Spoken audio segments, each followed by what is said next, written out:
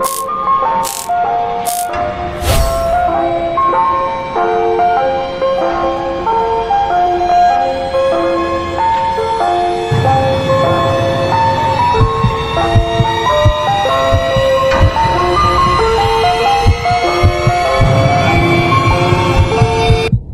was about 18 years old when this happened. There was a local Chuck E. Cheese restaurant close to our house. I thought I was the luckiest guy on the planet because I could take a 7-minute walk there if I was bored or too lazy to cook at home. But I especially wanted to stop by Chuck E. Cheese during the summer season since it was the local hotspot where every teenager would have fun at since nothing else was around. The problem was that, in the summer, Chuck E. Cheese was packed. I couldn't find a place to sit, and even when my meal was to go, I still had to wait in a long line. But of course, this is when Chuck E. Cheese and Five Nights at Freddy were still at the top of their game, so many people went there to eat. Some people played in the ball pit area, while others like me went to the arcade section. It was common for me to eat some Chuck E. Cheese pizza before playing numerous games, and those were some of the most memorable days of my life. I especially enjoyed playing the Street Fighter arcade game, but on one particular night, something very strange happened. I went to the washroom to take a dump after having so much pizza.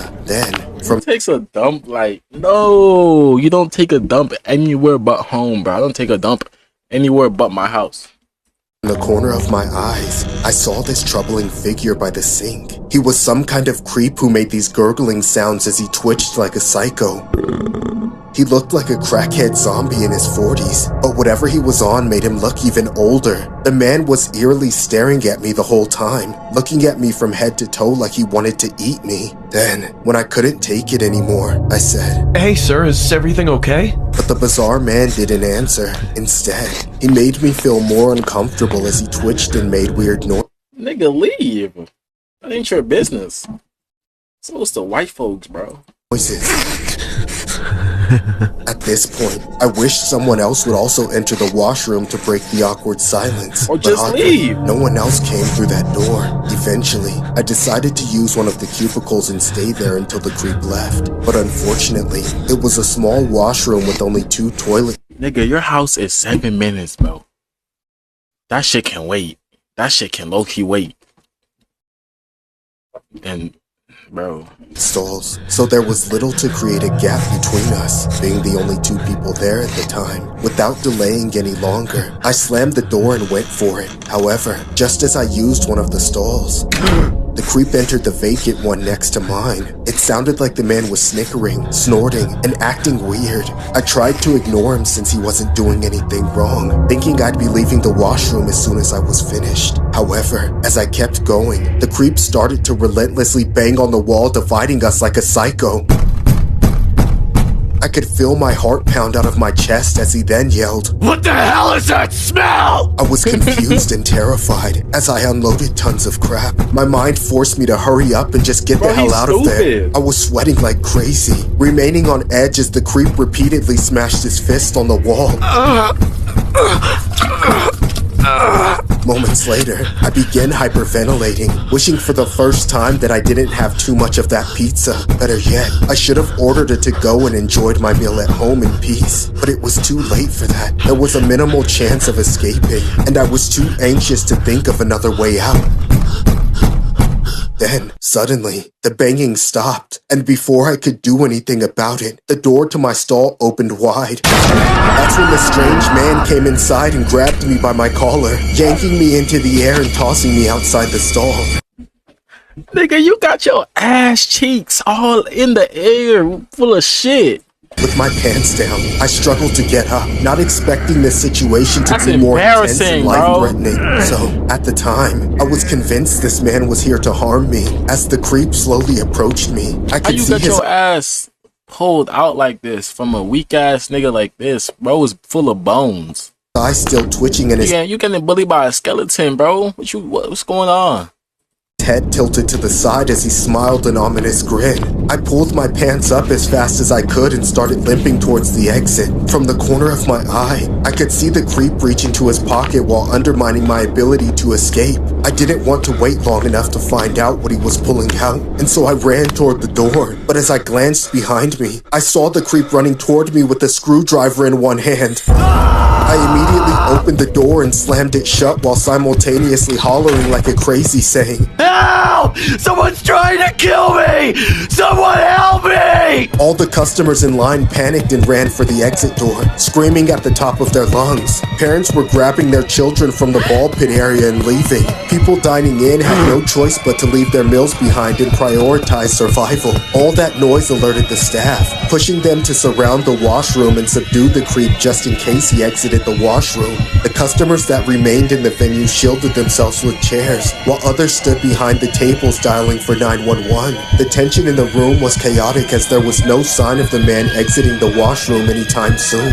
Moments later, the cops arrived, eventually kicking the door down and arresting the man. Luckily, no one was injured and the man was safely transported to the police vehicle as his eyes were still fixed on me. It was later revealed in the local news that the lunatic was an addict who thought of doing his mess in the Chuck E. Cheese washroom, and unfortunately, I got caught up in all of that mess. After that, I never saw Chuck E. Cheese the same ever again. The next time I had anything from Chuck E. Cheese, it would come from an online delivery service. However, there was now that part of me who was always anxious, looking through the window, hoping the delivery guy would not be that creep I met at Chuck E. Cheese.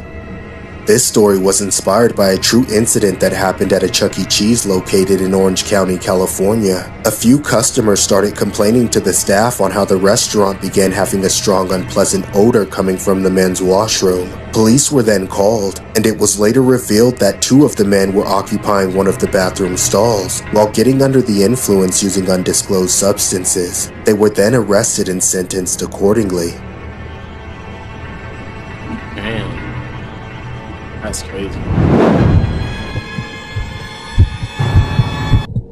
Last summer, I visited home from college for the first time.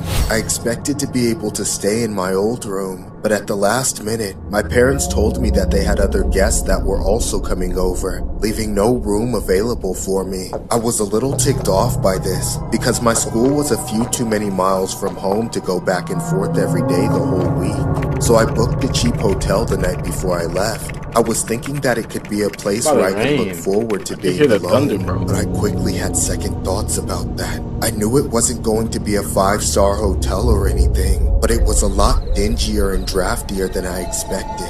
However, what caught me most off guard about the place was the staff.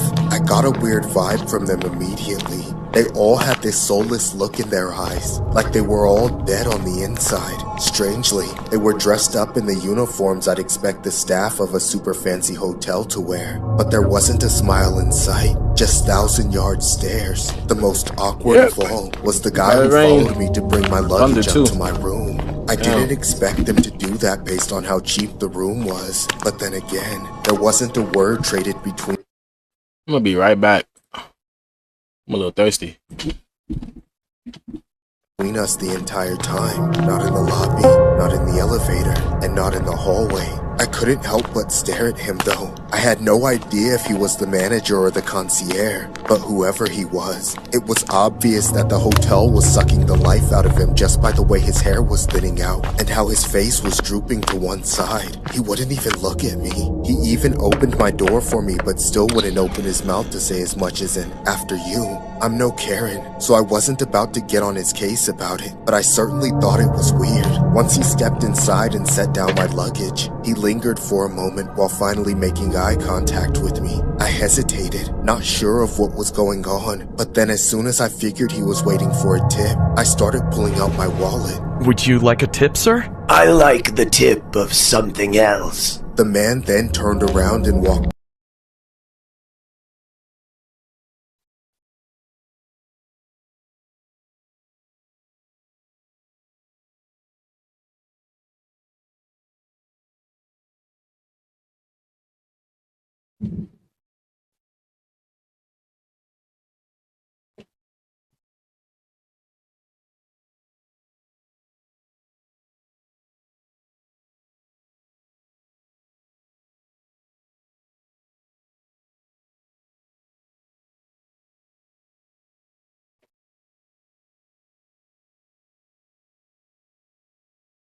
You like the tip of what? You was a nasty bald. You were a nasty bald ass nigga, bro. You was nasty. Like the tip of what?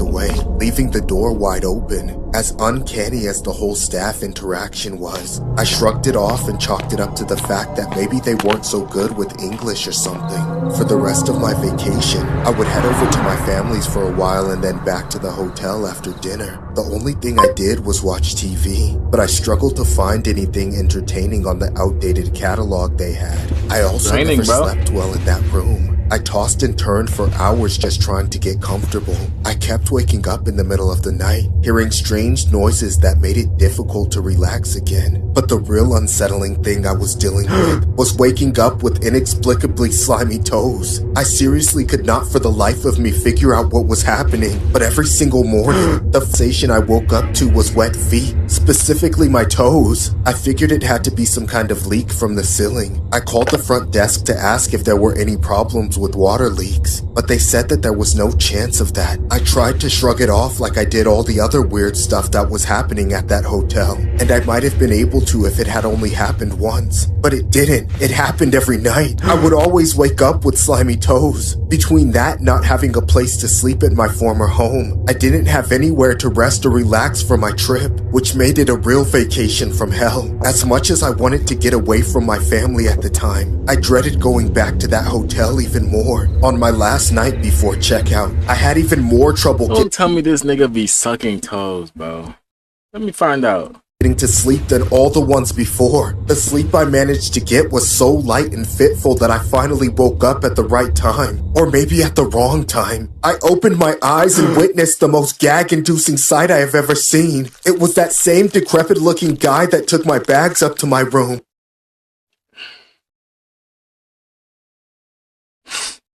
Are you serious?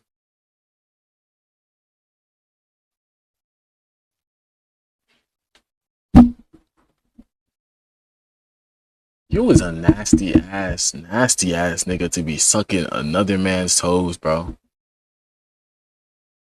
That's nasty, Crouching bro. at the foot of my bed with my feet in his mouth. Ah! For a moment, I thought I was having a nightmare and that the guy was my sleep paralysis demon. But then I knew it was real when I felt his tongue flicking around in between my toes. Ah! What the hell are you doing, you sick freak? I smelled smoke. I was just checking for a fire, I swear. Get the hell out of here or I'ma call the cops. I'm leaving. I'm sorry. I'm really sorry. Keep your dirty mouth shut, you desperate sicko. Hey, everyone, watch out. This guy's out here sucking toes without consent. Where'd it go? Don't let him get to you. He's lying. That's not true. What in the... Just... Why? After I emptied the contents of my stomach, I called the police and had them arrest that weirdo. As it turns out, he was actually the manager of the whole hotel, which kind of explains the condition it was in. After further investigation into the security footage, it was confirmed that he had made a spare key to my room and had been sneaking inside every single night I was in there, just to do what he did. I still can't believe I didn't wake up from him violating me sooner. This story was inspired by a true story regarding a guest that was asleep at a Hilton hotel in Nashville, Tennessee, only to be woken at around 5 a.m. to a man allegedly sucking on his toes. The man has been identified as the hotel. That's an embarrassment. Look at you. Look at you. Shame on you, bro. You brought shame to the white culture, Caucasian culture, whatever culture you is. Shame on you, bro. Night manager named David Neal, who claimed they were checking on the David, bro, come on, dog. Are you serious?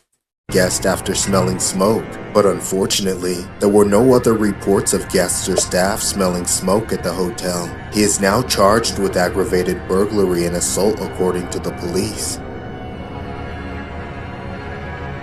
Dirty ass. Nasty ass. Sucking toes? That's what we doing now? We sucking toes? Come on now.